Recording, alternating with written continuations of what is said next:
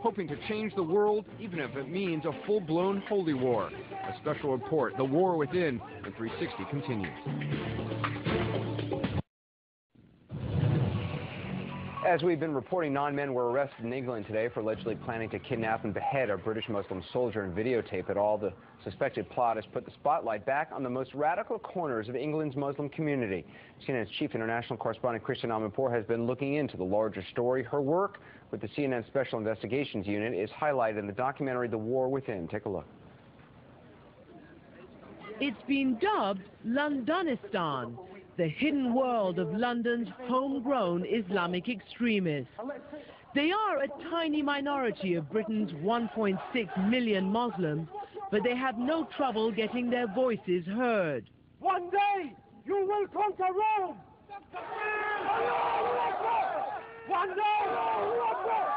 One day you will conquer the White House! Anjem Choudary is the public face of Islamic extremism in Britain. His group, Al Muwajirun, disbanded before the British government could outlaw it under its new anti-terrorism rules. But that hasn't shut Choudary up.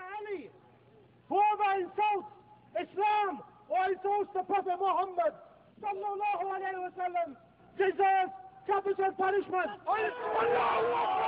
That was Chowdary's inflammatory rhetoric just days after Pope Benedict's controversial speech about Islam. Pope Benedict, you will pay! Pope Benedict, you will pay! The Mujahideen are on their way! The Mujahideen are on their way! Outside Westminster Cathedral, British Catholics looked on in disbelief. They could stand outside our church and abuse us, and abuse our religion and abuse people that we hold dear with absolute impunity. So the simple question to the Christians is, do you condemn what the Pope said? Well, I don't condemn. Do you condemn the Pope? What he said? Yes or no? Do you condemn the Pope? If any of us was to amble up to, you know, the mosque at Regent's Park and sending regards to Allah or Muhammad or what have you, best case scenario, taken away by the police for inciting racial hatred. Worst case scenario, attacked by a bunch of thugs wearing T-towels on their heads. Democracy, hypocrisy! Democracy, hypocrisy! Even away from the bully pulpit, Choudary, who is a lawyer, not a cleric, continues to advocate extremist views, like calling for Sharia, Islamic law, for Britain. All of the world belongs to Allah, and we will live according to the Sharia wherever we are. This is a fundamental belief of the Muslims. You know, if I was to go to the jungle tomorrow, I'm not going to live like the animals. Basically, a lot of what you're saying is, it's my way or the highway. I mean, how does that kind of logic fit into a democratic state like the one we live in now and like the one you live in? You live here by choice. Do you not believe in democracy? No, I don't at all. We believe that people must live according to the Sharia. That would mean in a country such as Britain, people would have their hands cut off for robbery, would be stoned for what you call adultery, hanged. You can see that happening. One day the Sharia will be implemented in Britain. It's a matter of time. Whether it comes through our peaceful discussion and debate, whether it comes because the Mujahideen will send an army one day, Allah knows. An Islamic army coming to lay down the law in Britain? What do people think in Walthamstow, one of London's biggest Muslim neighborhoods? Lovely! Animal, sound. Ishmael, would you like to see Sharia law in England? Sharia, what's that? Islamic law?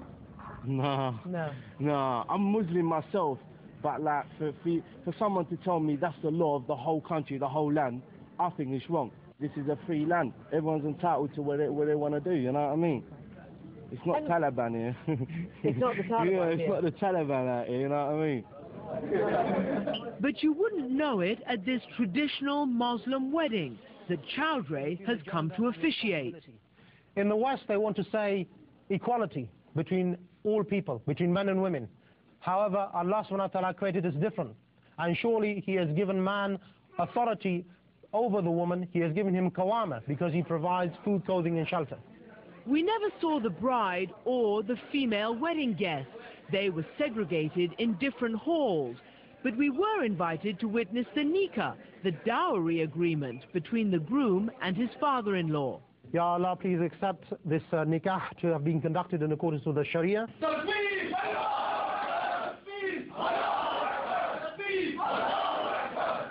And even at this wedding, Chowdhury preaches holy war. Ya Allah, please bless them with pious children. They will continue the jihad to liberate our land. Ya Allah, please support all the mujahideen wherever they are in the world. في العراق, في شيشان, في فلسطين, في الكشمير, في الجزيرة العرب, في الفلوجة, في الدارفور. But how about those who carried out the London subway attacks on July 7, 2005? Chowdhury gives an ominous answer.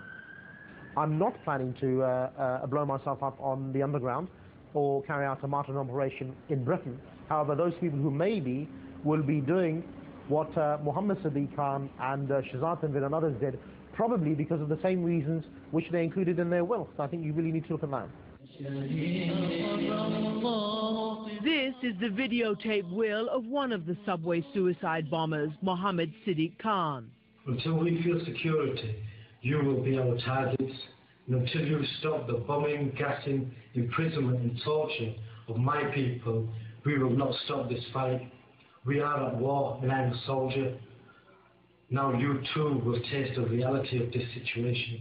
Those reasons that they included in their will, are those reasons justified in your view or in your view of Islam? I think we have everything we need in those wills. Where in the Quran does it justify the killing of innocents? I'd like to get on to another question because I've answered that question already. Have you, in the Quran? In the video of Muhammad Sadiq Khan, he quotes the verse in the Quran, which is chapter Tawbah, verse 111, where Allah says, He has purchased from the believers their life, they will kill others and be killed. Muslims all over the world, I strongly advise you to sacrifice this life for the hereafter. There are mullahs, imams today who say that the suicide bombers have really done a lot of damage to the reputation of Islam. They're saying that the kinds of things that you are saying is in fact damaging the religion so much. I mean, you're obviously just making a statement here. There's no real question there. The fact is, people don't refer to you for Islam. They refer to people like Sheikh Abu Bakr Muhammad, people like Sheikh Ayman al-Zawahiri, people like Sheikh Osama bin Laden. I happen to be in an ideological and political war. My brothers in Al-Qaeda and other mujahideen are involved in a military campaign. You call them your brothers. Do you mean that? Of course. Al-Qaeda. Every Muslim in the world is my brother. Well, just ahead, some of the Muslims who may be most open to his message and his mission. They're young, going nowhere, and looking for a cause. They say blowing up people is cool. That's right, cool. More from Christian's investigation next on 360.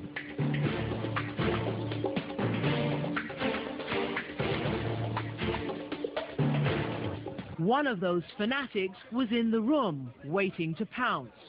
When they come to your own houses, when your house is raided, or your sister's raided, you'll be just as irate as I am. Omar Brooks, a self-styled religious leader of an extremist group that is now banned. I'm not going to fall for extremist rubbish. Now he's went in there and he's shouted and he's hollered at everybody, and everybody thinking, yes, this guy's well against the system. I'm outside. Where's your freedom of speech now? Over there. They're considered to be heroes, for the younger guys. Yes, get in there, He's telling them how it is. You should not come to Muslim area. We don't want to see John Reed. We don't want to see Tony Blair or any of your cronies. It's very easy for them guys to then come back into the community and have a lot of supporters. These people, many of them self-appointed clerics, are dominating the national debate and certainly the debate within Islam right now. They are the loudest voices. How is that possible? Because our scholars who have educated themselves, you can be Muslim and you can be British, Like you can be Christian and you can be British. You can be Jewish and you can be British. If the British-born Muslims really want to do something to stop people damaging Islam, then start reading up on your book. Explain it to your children. Come out of your denial phase. The only conspirators against us. A conspiracy to blow up a dozen US-bound airliners with liquid explosives. This set. I think people would be really stunned to hear you say that it is essentially foreign policy which is causing youngsters to blow themselves up on the subway system and youngsters to think that that's cool. Foreign policy has a lot to do with it, but it's the minority radical groups that use that to get to our young people. And some of those young Muslims are easy prey. because they believe the British government crackdown is scapegoating them.